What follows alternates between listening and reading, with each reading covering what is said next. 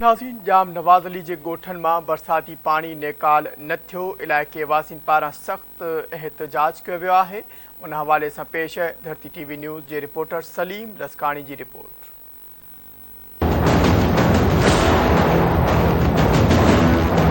ॻोठ बि सॼा ॿुॾियल आहिनि, जेको घरनि में पाणी जेको बीठल आहे। असां असिस्टेंट कमिश्नर जाम नवाज़ अली खे 2 खां 4 दफ़ा विया आहियूं, दरख़्वास्त ॾेई आया आहियूं, ख़ुदि साईं साहब सां मिली आया आहियूं त साईं असांजे ॻोठनि जो पाणी निकाल करियो।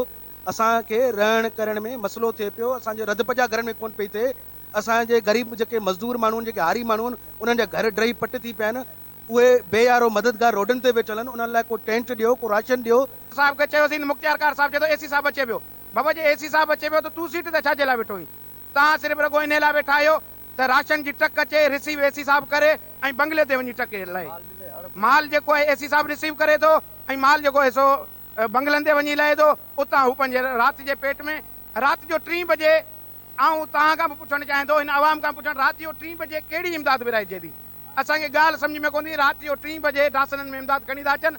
जेके रोडनि ते खेमा लॻायो, जेके ॿारड़ा वेठल आहिनि, उहे गाॾियुनि जो आवाज़ ॿुधी उथनि था तूं हिकिड़ी हिकिड़ी थैली के घर में ॾियनि था, कंहिंमें कोन था ॾियनि ऐं उहे भॼियो वञनि ऐं हिकिड़ी 2 किलो जी चांवरनि जी थैली खे ही टंगियो वेठा आहिनि। ही आवाम मजबूर थी घरां निकिती आहे, हिननि जे घर में कुझु बि न रहियो आहे।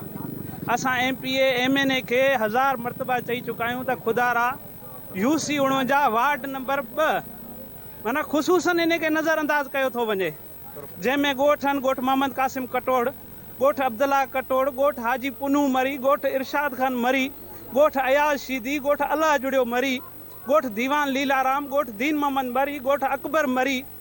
इहे केतिरा ई ॻोठ इन में अचनि था। UC 49 में तक़रीबन 30 खां 35 ॻोठ आहिनि। वार्ड नंबर 2 में असां सर्वे करे आया आहियूं।